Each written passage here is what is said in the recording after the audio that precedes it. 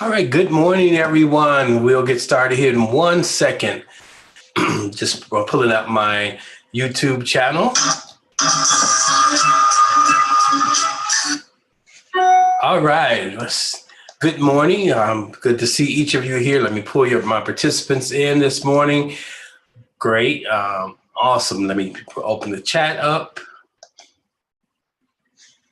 so we can communicate with each other this morning. Okay, there you go. You should be able to drop something in the chat. And I want to say good morning to each of you who have joined me this morning in the Zoom room. Those of you who have joined me this morning on the YouTube channel. As things would have it, as soon as I try to open up the YouTube channel this morning, I had to do some background stuff out. So I took care of that. So we are ready to get started. Okay, yes, got it. Live stream. It's good to see those of you who are here with me this morning. Let me move this over here.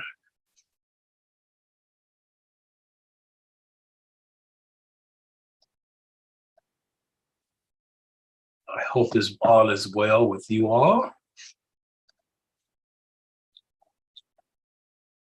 Awesome. Good morning, everyone. Grand Rising, Amir, it's good to see you. I pray things are well down there in Florida. Well, we're going to jump right in this morning. Welcome to Oasis Spiritual Center for Divine Living. This is my contribution to those of you who are in a spiritual conversation each and every Sunday morning. I'm out here from 9 a.m. Central Standard Time till about 9:30, 9:40. It's a brief message just to give you some inspiration, something to think about, something to work on all week long. As you know, transformation don't come about just by pure information. Transformation comes about by application of the information that you have received. So I'm hoping you all are taking this information to application. So this morning, I'm dealing with a conversation called radical faith. And the reason why I'm in this conversation this morning, because we are running into the end of the year. We're bumping up against the new year here shortly. And I'm engaging individuals who are still dissatisfied with what 2022 have presented to them, or they have not been able to get the outcomes that they are desirous of. And so today I want to address that. I want to address what we all need to do. And that is, we got to experience something radically different than what we've been experiencing. And to experience a radically different life begins with taking a drastic, radically different big step. Taking a radical big step.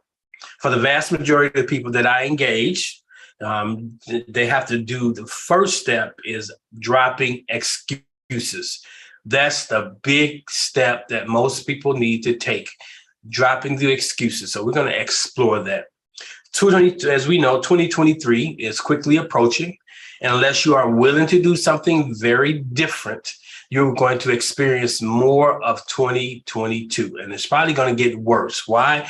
Because the universe usually give us experience that are catalyst for us to make changes. And if we choose not to make those changes, the experiences get stronger and stronger until you take on the work. So 2023 is going to be the same for many because you're not willing to do anything different. We got to take deliberate and intentional control of our destinies. We need to take control of our lives starting today. You have to come out of all of these conversations that are pulling you in, things that the shiny objects that are getting your attention, and having you looking away from what you need to be deliberately and intentionally engaging.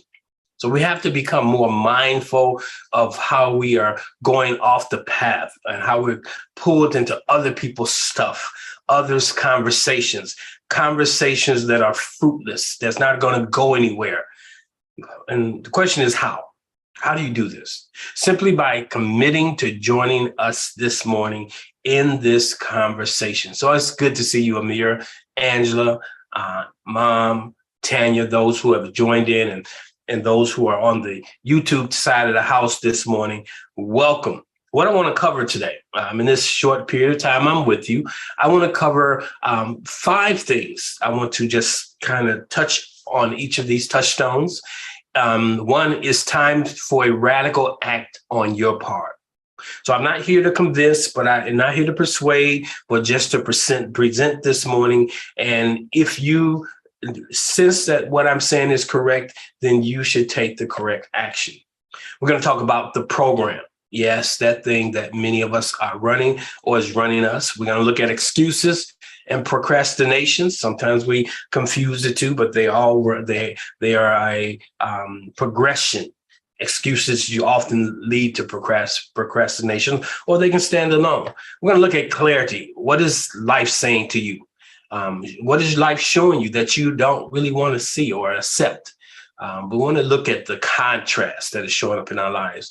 And then I want to introduce you to a 4-step radical approach. And I'm spelling radical, RAAD, because that's an acrostic for the steps you need to take. So let's start this morning with the definition. Again, it's good to see each of you that are joining me this morning.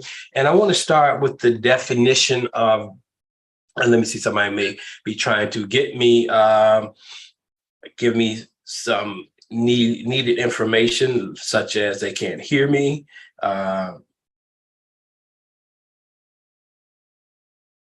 Okay, good. So let's start with the definition. Radical. Very different from the usual or traditional. Definition of radical is very different from the usual or traditional. It also can mean to do something extreme, such as favoring extreme changes in existing views, habits, conditions, or institutions. And for some of us, the most radical thing that we need to do is change our beliefs. And many of you perhaps are dealing with, for the last year or 2, or maybe 5 years, you're dealing with a lot of this back conversation as to running your beliefs through your filters. And you're saying that these things are not working. You're having a level of cognitive dissonance, which I talked about a few weeks ago. And anytime you make a radical change, you're going to deal with a level of cognitive dissonance. So this morning, I want you to be aware that there is a definition you need to bump up against, and that's radical. To do something very different from the usual or traditional. So I believe that there's times in all of our lives when we are really committed to something, then it makes sense to do something more radical. So you have to be committed to it. And sometimes you may have a set of situations, the perfect storm that comes through that kind of put your back up against the wall and you're forced into taking a radical act. Well, you're not really forced, but that's just the most apparent best next step to take. So it didn't make sense to do something more radical. In the interest of achieving our dreams and our goals, sometimes we do that. But it comes down to, if life is not showing you what you want to see, it's probably because you're not willing to do the next thing you need to do.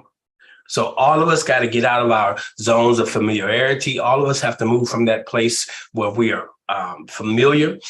We want something new, but we don't want to upset the status quo. If you want something new, you got to do something new. You want to experience something different, you have to do something different. And this means that we don't want to shake up the things that we're doing.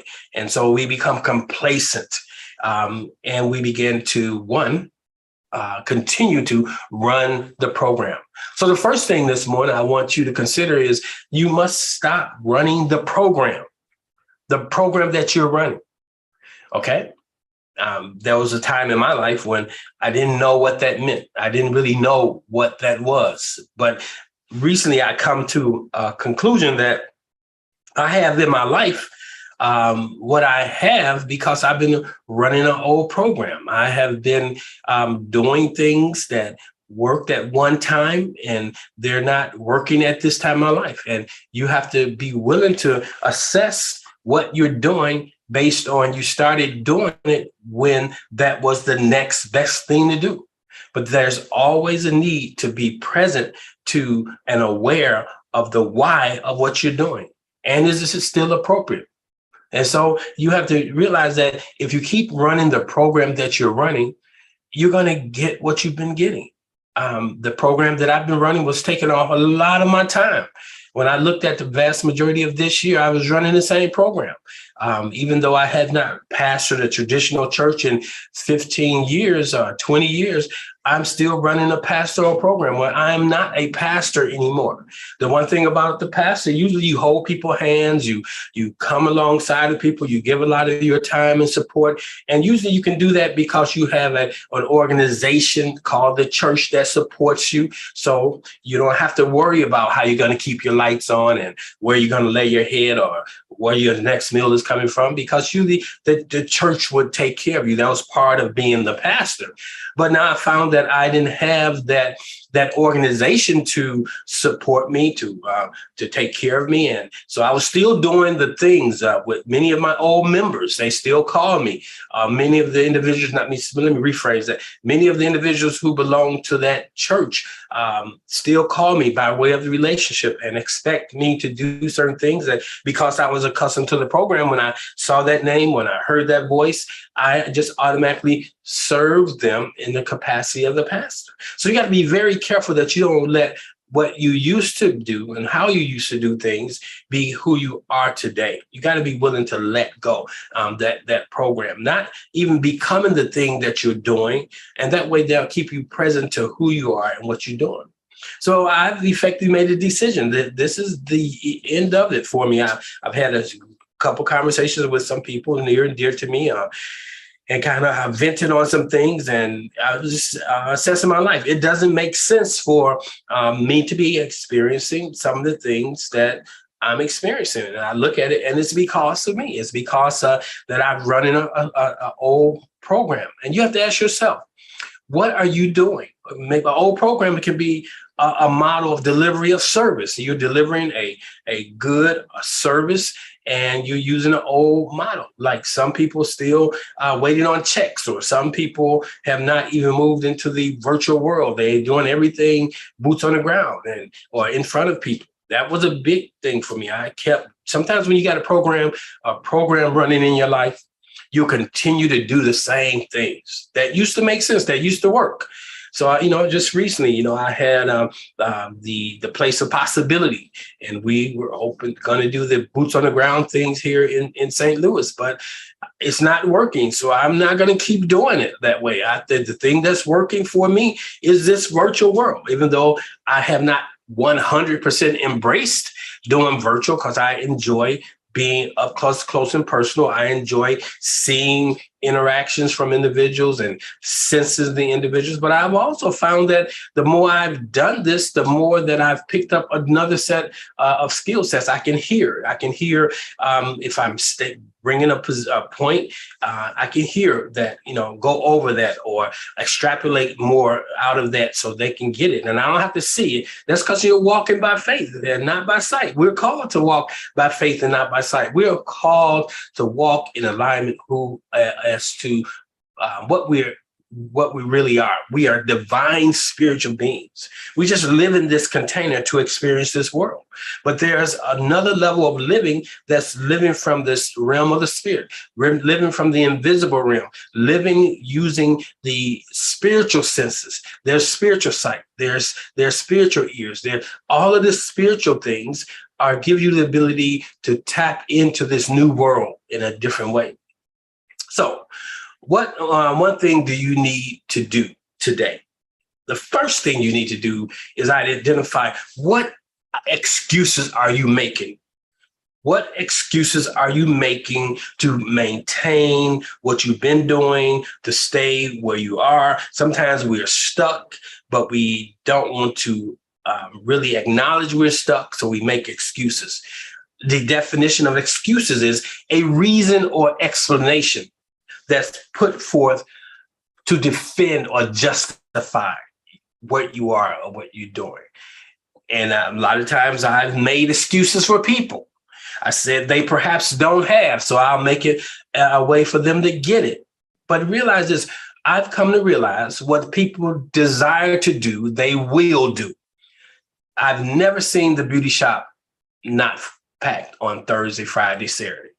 And I've seen the beauty shop packed with individuals that don't look like they can afford those services.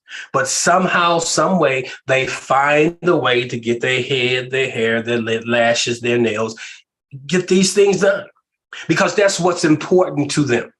And that's not a casting a judgment.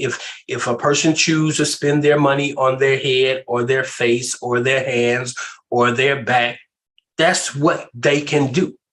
But when you come to me with a conversation, and you say, I don't have it, the question will become, is it you don't have it? Or are you misappropriating or allocating your funds in the wrong place? So many of you who may need to take a course, not with me, or take a college course, or go back and get retooled, and you may say, I don't have it. That's an excuse. You do have it. What you have to do is say, this is more important to me than buying the latest fashionable handbag or getting my hair done every week. You have to begin to make adjustments because the universe, and often in most cases, the universe has applied or given you what you need to do. The universe will never require anything of you that it doesn't equip you to do. Who much is given, much is required. When the source gives you something, you have to ask yourself, is it all to be consumed on me, or is it to be allocated to do certain things? But when you're living from the sensory realm, when you get something from source, you automatically outsource it in order to please the flesh. So we have to pump the brakes, slow down. So stop making excuses. Identify this week, what excuses are you making? What are the reasons and the explanations? And they all sound good. And you are the best defense of yourself. So you're justifying mediocrity. You're defending stagnancy or being stagnant. Now, here's another word I want you to become familiar with. And that word is procrastination. Procrastination means to delay or to postpone action, put off doing something. So you do have the money. So you don't have any more excuses, but now you're procrastinating. You're delaying it. You're postponing it. Take immediate action on some of the things that you need to be taking action on. So some of the most common reasons for what causes what I call the procrastination mode is sometimes you want things to be perfect. No, start with what you have. Start where you are, because you are perfect, whole, and complete as you are. You don't have to wait for the perfect thing, because the perfect storm always shows up. You don't have to wait for things to be perfect. Start with what you have.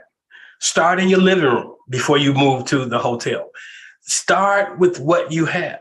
If you don't have a computer and you just have a laptop, start with your laptop. If you just got a smartphone, use a smartphone to its maximum capacity. You don't have to be perfect. You don't have to wait that things are all your ducks in a row. That's one of the things that reason people procrastinate. When things are perfect, they'll move forward. Another big one is fear of failure. Sometimes we don't take that big step because we are afraid that we are going to fail. But the scripture says the steps of the righteous are ordered. They're in place. You can't get to the third step until you take the first step, and have to be willing to step into a place that you're not sure of your footing. But the fear of failure keeps so many people stagnant. Failure. So you have to address that. Have you had failing experiences in your life, the pain of failure, the embarrassment of failure that is keeping you from going forward? I live a very transparent life. The first thing people always ask, if I'm having an event and they weren't at the event, how many people showed up? Do you know how disheartening that could be when you know nobody showed up and everybody's asking you how many people? Sometimes you don't even ask people those questions. Why do you want to know? As if the number of people validate that you're doing what you need to do. That's because we're in this like society. This social media society is based on likes. Look and see how many people liked your post. I have people even call me and say, hey, I noticed you didn't like my post. I read your post and it was a very good post, but I didn't think I had to like it, or I was doing something else and I was reading it on the run. And sometimes because what we expect other people to do, it causes us not to do what we're supposed to do because we're not being validated. I'm finding the more I move around St. Louis, more people know me than I thought knew me. I had a conversation with a very affluent person this past Friday night. And she said to me, I know you. Then I said, oh, so-and-so told you about me. Then she says, no, I know you. I watch your stuff. I resonate with what you see. Sometimes people are watching you, but they are not validating you because they don't really need to. Your validation should be internal, not external. Now, it's always good to have someone say, hey, I heard you, I watched you, I enjoyed that. That gives you a stroke, that gives you momentum. But you have to be willing to do what you're called to do, what your burning desire is, if nobody else is resonating with it. As one of the things I used to hear as a pastor, people say, if you're leading and you don't have followers, then you're just taking a walk. I used to resonate with that. I used to say, well, if you're a leader and nobody's following you, then you are really just taking a walk. That sounds good, but that's a lie. A leader is one who's willing to get out in front and do something before people start following you. That's what got Moses in trouble, because you're trying to get the herd together and get them to follow you, trying to get this massive group to follow you. Do what you are called to do. Get out front with what you're doing. And before you know it, what you're doing has value. And if there's value, people are going to be attracted to you. So fear failure. Stop measuring your success on how people are resonating, especially early on. Early on, success is predicated upon your ability to respond to what's required of you. Keep on keeping on. Third one is fear of criticism. This is another thing that causes people to procrastinate. They don't want to be criticized. Oh, we've been Baptists all our lives, and now you are a Word of Faith person. I remember that when I first became a Word of Faith. I went Baptist, holiness, Word of Faith, and then I went. The most recently, years ago, I became New Thought, and then I'm No Thought. Now I'm Now Thought. My spiritual self evolved. So it wasn't so much my spiritual self evolving; it was I was shedding the religious cloaks. I changed from a heavy coat to a lighter coat to no cloak. Now I'm walking as a spiritual being. So, but the criticism that comes with, that's where a lot of cognitive dissonance comes from, because we don't want the criticism. Turn away, close it off. Shut it down. Know how to ask somebody, did I ask for your opinion? Okay, avoidance. A lot of times we procrastinate because we are avoiding something, like having to write that paper, or having to complete that application, or having to begin the work of going to the gym. Procrastination, we're avoiding something.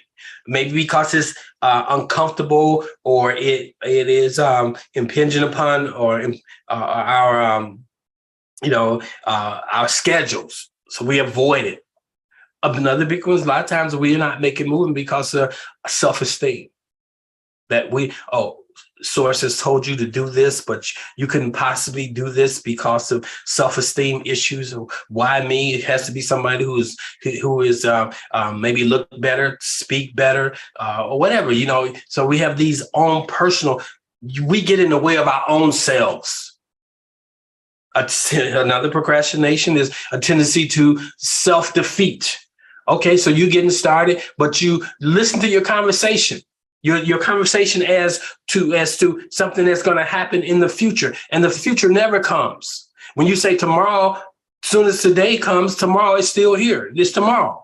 So you have to begin to be present. You got to stop all the self-defeating statements you make. Be more aware, be more conscious. You know, that's why a lot of us are not making movement to the next thing, because we are our own worst enemy. We're self-checked. You know, when I was a kid and played basketball, up to a certain point, I was a pretty good basketball player. But, you know, about third, fourth grade, when we started getting to sixth, seventh, eighth grade, the kids were taller than me, quicker than me, could dribble better than me, because that's what their passion. And then when they would choose up the teams, you know, I'll get chosen, but I wouldn't probably be the first choice. But I'll be on someone's team as a placeholder. They need 5 men, I'm the fifth man. Then sometimes they wouldn't even guard me because they knew that, oh, if you let him get in this range, he'll shake that shot and he'll hit. But for the most part, he's not going to take it to the basket. He's too short, or, you know, so then I was self-checked. And then I began to limit myself. And so what you have to do is, what has happened in your life that self-checks you? What things have transpired in the past that are in the past, but you bring them into the present? So that's self-defeating thoughts, self-defeating actions. Also, your emotional state. You know, you may be procrastinating, or because you're depressed, then you may need to get some assistance. You know, sometimes procrastination is something physiologically is going on in your life. Maybe because you need to get up and take a walk, or you need to take on a health program. You need to look at what foods you're ingesting. So some procrastinations can be biologically based. Now, here's a big one that I find a lot of people run into when it comes to procrastination. When we do the procrastination evaluation, trouble focusing or looking at the reality of what is and accepting. So trouble focusing is, for one, all over the place, doing all kinds of things, or even just looking at what's glaring him in the face, what's so obvious, because you're not focusing or you don't want to see. Sometimes life, your physical body will show you having throat problems. It's probably something you don't want to say. You're having digestive problems. It's something you don't want to ingest, or you don't want to digest. Having problems with your sight, maybe it's something you want to see or don't want to see, and so your sight begins to bother you. So they said the metaphysical, your physical body tells you certain things about what's going on with you. So you got to begin to know that focus is a big issue. Hocus pocus, where's your focus? Change the things you look at, and the things you're looking at will change. So the next thing I want to talk about is clarity. See if I got any comments over here in the chat as we go forward. Good morning, everyone. Accept and receive the reflection of your BS. Yes, it stinks, your belief system. Linda says, in words of Martin Luther King, if I can help somebody, teach someone, then my living will not be in vain. No, you can't help nobody. Everybody got to help themselves. All that stuff sounds good. You know, a lot of things that Linda, and I'm not meaning to go in on you, but a lot of things that these old preachers were saying, you know, your life is not about helping anyone. Your life is about showing up as your best self, with your best service, your best product. And guess what? Then they have to want it. They have to see that you are the individual, or you have the answer. But if we wait to see what people need to see, then we'll never see what we need to be. So what we have to learn to do is be on point, doing what we're supposed to do, even if nobody's in line to buy, to receive your services. Now, she says, no, Asar, that you are making a positive impact in the lives of me. I appreciate that. And sometimes I have to encourage myself. Sometimes I have to convince myself. I've been in this game a lot longer than most people. I was just thinking, it's 40 next week. Will be in 1992, November 27th, we opened the ministry, or Exodus Ministries. That's 92 was when I went into the pastorate. So what's that, 30 years? And then 10 years prior to that, I was called into ministry. So I've been in this religious conversation, this evolving spiritual conversation for 40 years. Not only have I been in it 40 years from study of books, hours in research, but life experiences. I'm an Mzee. I'm an elder. That's a West African word, Kiswahili word for elder, Mzee, M-Z-E-E. We live in a day and time where people don't value the old gal, the old person, the Mzee in the room. We got all these young people. Just because you have information, the information is not powerful until you take it to application and you can say it works if you work it. Yes. So what I'm saying, clarity. Clarity. Look at the contrast and become sick and tired of being sick and tired. Look at the contrast. Look at what contrast is the thing that you're experiencing, that which is showing up in your life that you don't like. Now, sometimes contrast is there to be the catalyst, okay, to change. I would say contrast is always the catalyst to change. It gives you a burning desire. Well, if it's not a burning desire, you're not going to change until the inferno of that contrast gets so high. You're going to keep trying to put it out or learn to deal with, okay, I'll just grow accustomed to it. Many times we grow accustomed to the contrast. You get used to living in poverty. You get accustomed to being by yourself. All of these things, but deep down inside, you always have this little nudge saying, this is not satisfying. So you got to get clarity. That is, be willing to look at what is showing up in your life. What is life showing you that you are dissatisfied with, that you're tired of? You know, the old church used to preach, when you get to heaven, you're going to walk the streets of gold. There's no gold streets in heaven. You're not going to dust off clouds. You're not going to sing in the heavenly choir. What makes you think, as an earth being, that you can go to heaven and displace a heavenly being in the choir? So we say all this crazy religious stuff. No, none of that is going on. You return to source. But you're going to ask right now, you're in this incarnation. You came here to experience, or you came here as source seeking to express itself in life as you, through you. What are you dissatisfied with? You got to ask yourself. So I want to, over the next few weeks, now, those who have been following me for the last 11 weeks, we have the master course that's been going on, Mastery of the Mind, and they've already been introduced to this.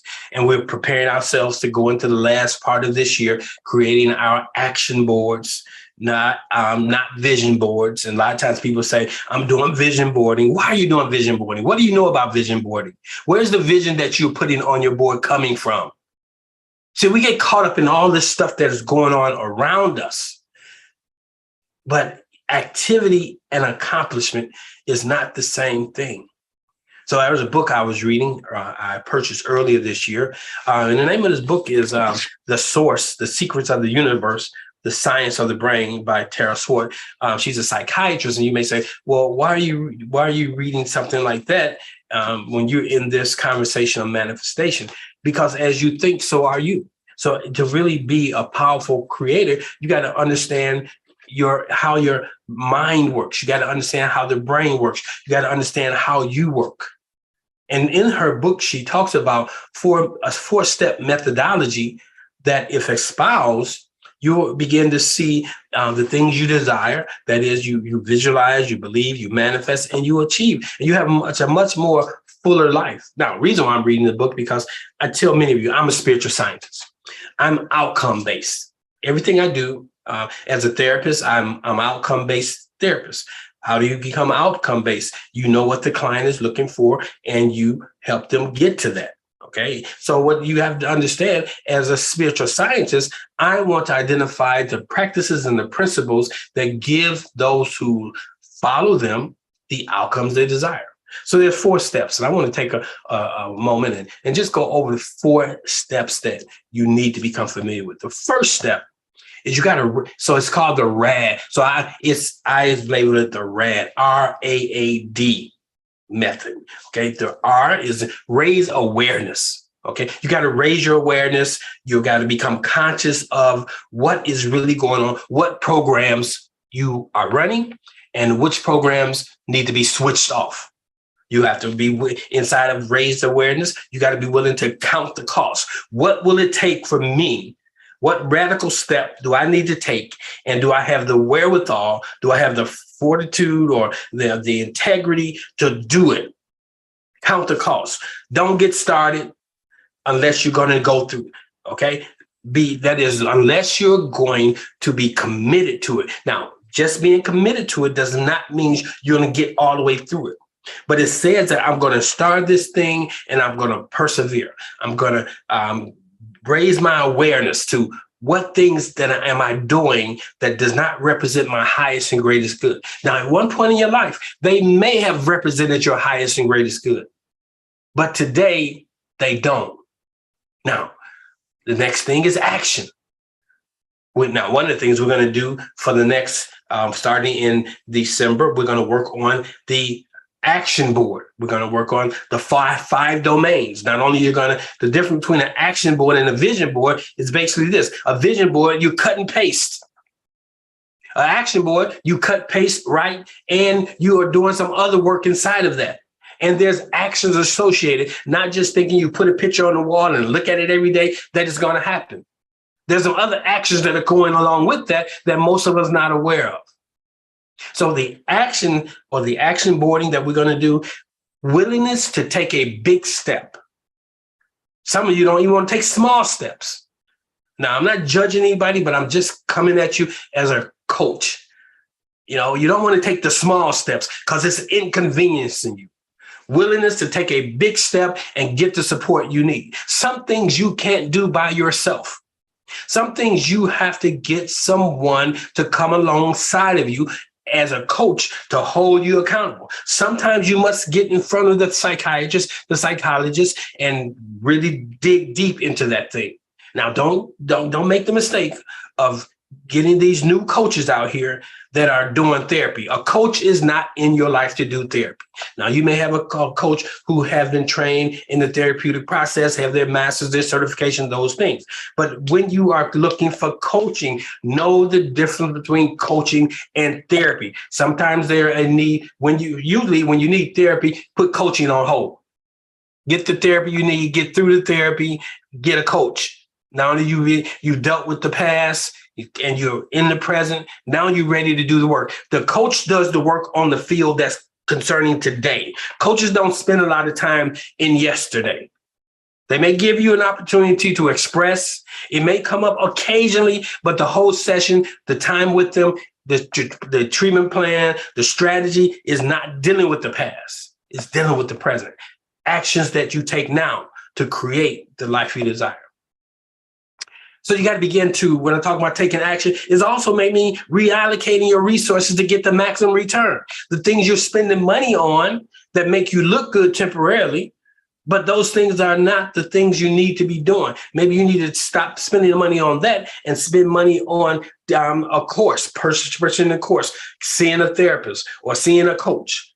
Reallocate your fund instead of saying, when I get more money. No, you're not going to get any more than you got until you start doing what you need to do with the things, doing the appropriate thing, being a good steward of what you have in your hand.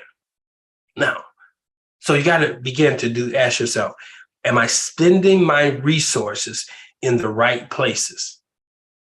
Attention. Okay, so raise awareness, that's the R. Action steps that you're going to take is the other A. The second A is attention.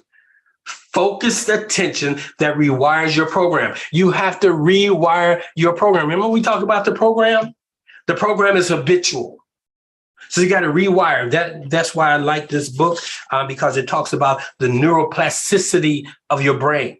Got to understand how your brain works.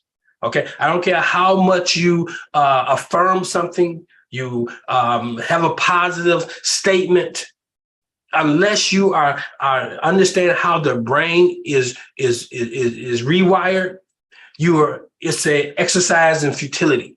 So understanding how your brain works, how the plasticity of your brain, that you can change the program. But many of us don't want to do the work of the first work is to become aware that there is a program and how the program is written, and you rewrite your code. You can rewrite your code.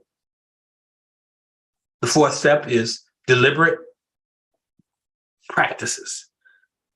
Okay? In the game of life, you can't be on the bench. You got to get on the court. In the game, the bench is not where you need to be when it comes to your life. You need to be starring versus co-starring in your life. You need to be the main character instead of making a cameo in your own life. So you got to take on some very deliberate and intentional practices if you want to live that desired life in 2023. You know, people say it, people see it, but I often ask people. I sit with people. I've been minding my own business. Usually when I'm out at a restaurant, I have a book, and people always ask, what you reading? While I'm standing in line, they'll say, what you reading? And I'll tell them, and then we strike up a conversation. Then they say, that sound good. Then they say, how can we reach you? And do you have a website? I have all of that. But then there comes the excuses. When I get what you have, because you have bumped up against me, that tells me you have it somewhere.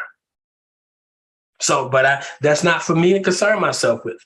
But I used to. The old program was help as many people as I can, and it'll come back to me in some way. But then you get so tired that when the person that comes that really wants to buy into your service or your good, you don't even have the same burning desire to deliver it because you've been used up. And that's for a lot of people out there. Don't let other people devalue what is valuable. Not your delivery of service, not the good you have. You are valuable. You are authentically created to be valued. And there's somebody who sees your value, someone who will appreciate your value. I value you. That's why I invest my time in you. Yes, this is my time. I value you. I believe that there's someone who's going to wake up one day and perhaps see this on a YouTube channel. But if I didn't do what I need to do today, then guess what? Then I'm misappropriating my greatness.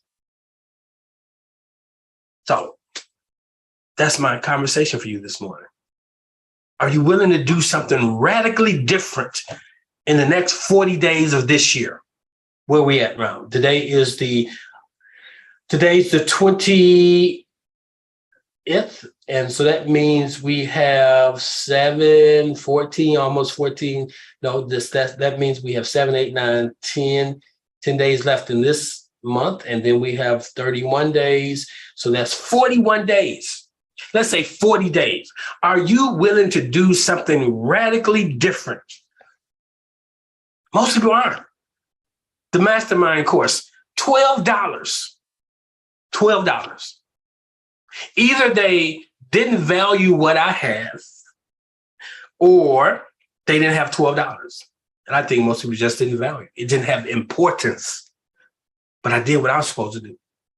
So I'm saying to you this morning, are you willing to do what needs to be done to take a radical big step? And the first one is to identify your excuses, then to address your procrastinations, and then begin to take action. Don't just run off. Identify what has kept you from being great. Oh, you've been good, but you haven't been great. Source wants to show up bigger than how you've been showing up. And it ain't always tied to money. It's not always tied to fame, but it is tied to, at the end of the day, when you lay your head to the pillow and you take that big breath before you go into your rest and you feel like this was a good day because you expressed yourself. So that's all I have this morning. I pray that something has been said that's uplifting and encouraging. If you are with me in the room, in the Zoom room, and you have a comment, if you have a question, you want clarity on something, just go ahead and raise your hand. Or if you want to type it into the chat box, you can do that there, and we'll go from there. So before we close, I do want to make an offer, a couple offers. Check your emails, because I will be sending out some more information about the upcoming, the action board, or creating your desired life exercise that we're going to. Your desired life is not just going to show up. Remember, I said creating. That means you have to do something. You have to speak truth to power. So the next 5 weeks, we're going to begin to move into actually the action boarding process is going to start in the first week of December. So I'm going to lay this all out for you guys. I'm getting it real time, and going to lay it out. And it's not going to be free. There's going to be something associated. I mean, it's going to cost your time. You're going to have a commitment to it. And then there's going to be a dollar value tied to it. So people, you just have to make a decision. This is what you want to do. Well, if this message this morning has been encouraging and uplifting and somewhat enlightening, consider sowing a seed of appreciation for the time that we have been together.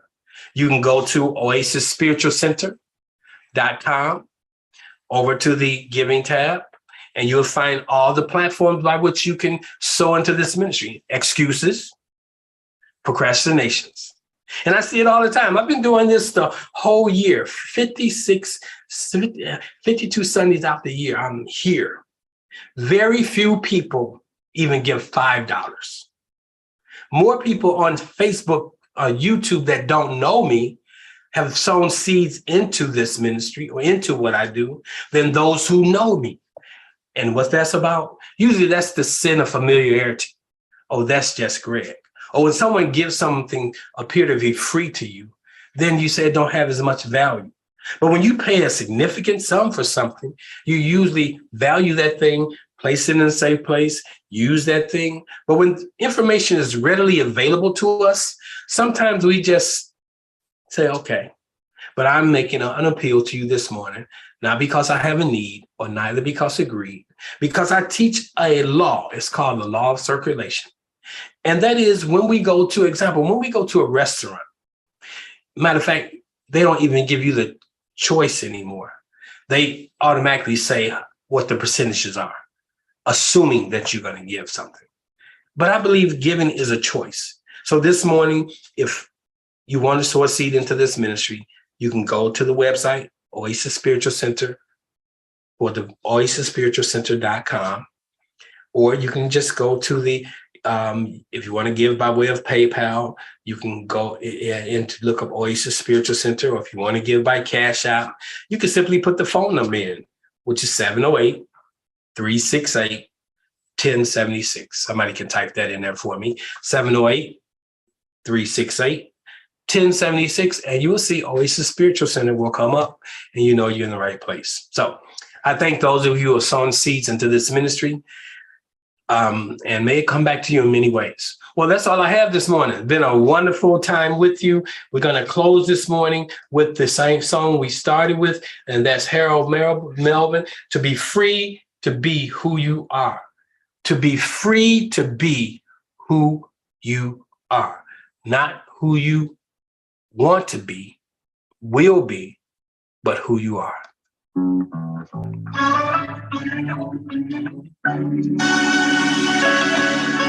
This song deals with freedom as it's supposed to be.